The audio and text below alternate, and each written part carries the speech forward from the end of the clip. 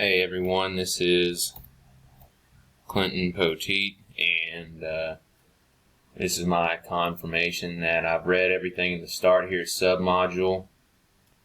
Regarding how this course would be beneficial for me in the future, I'm already a paralegal. I'm just getting my certification before starting law school next year, and throughout practicing for a firm, I've realized that basically real estate, real property, the law that goes into it is very important, especially considering if you have to subpoena someone or if there's some sort of property dispute, things of that nature. So I just plan on taking whatever I learn, combining it with what I already know, and progressing, into the future with it.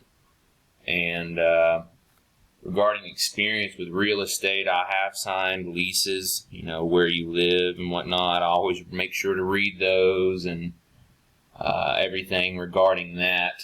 And then just practice and experience gained from practice working with the law firm I'm with now. So I've just got a good bit of experience already, I would imagine. But I'm always looking to learn more.